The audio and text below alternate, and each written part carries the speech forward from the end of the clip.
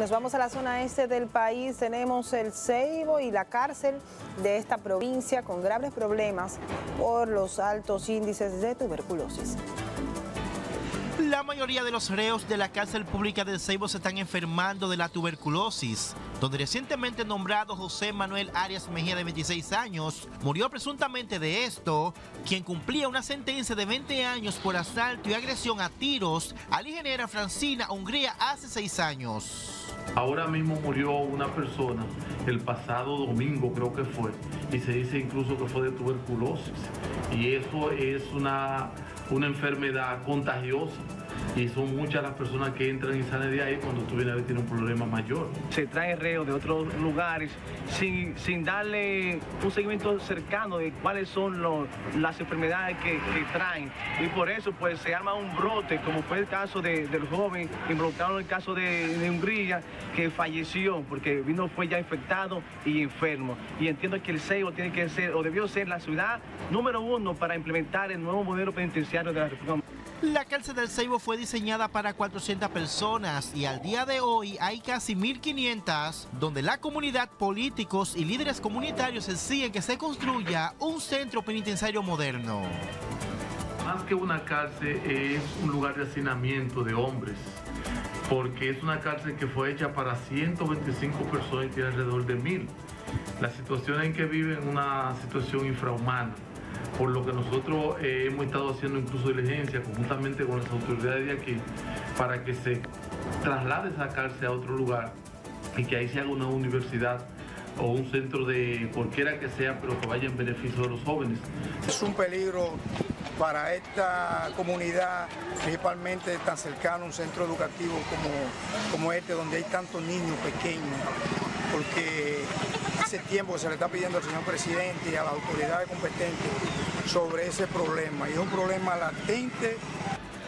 Las autoridades del penal, médicas y judiciales del Ceibo no especifican las causas de la muerte del interno hasta el momento.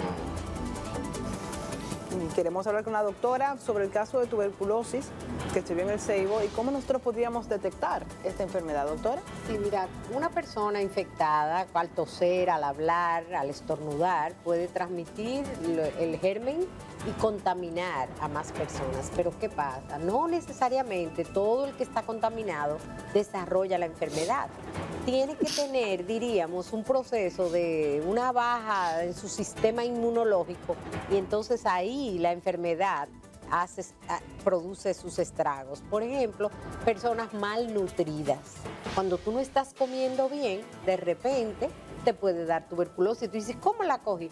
Estabas contaminado, pero el germen no se había activado.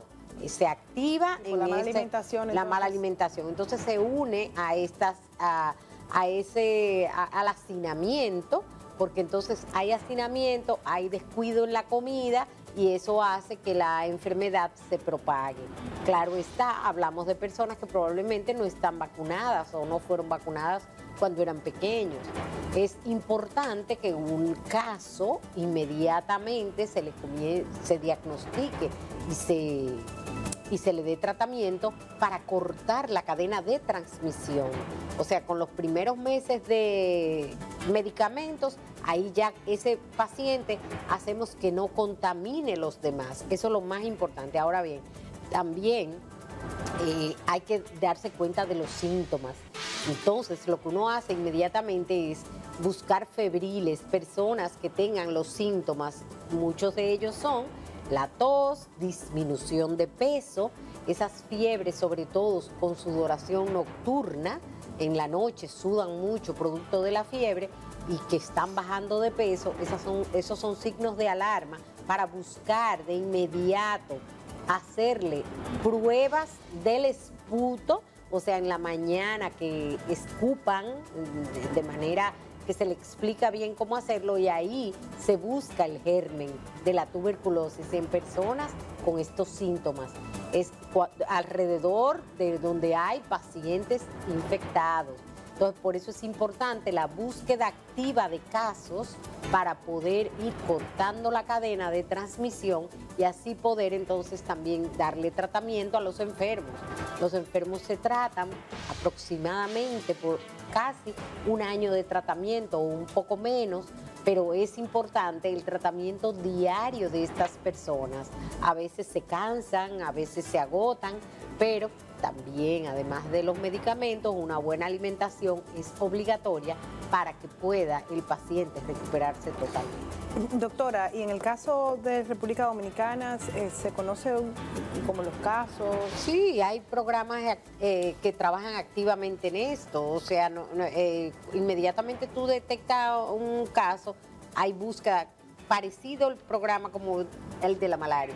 Okay. Aparece un caso, hay que comenzar a buscar activamente los casos que rodean a esas personas, los familiares, los contactos directos, para entonces hacerle estas pruebas, como te digo, del esputo, y entonces ahí se buscan activamente los casos. El problema en lugares de hacinamiento es que además del tratamiento hay que vigilar su alimentación obligatoriamente para que pueda reponerse. El programa hace hasta visitas personalmente para ver que se tome el medicamento, porque muchas veces lo van guardando y ni se lo toman por la apatía y el desgano que le da al paciente tomarse su medicamento. Entonces muchas veces tienen que ir al centro de salud obligatoriamente diario para tomar ese medicamento. O sea que hay una serie de reglas para poder cumplirlo. Perfecto, gracias, doctora.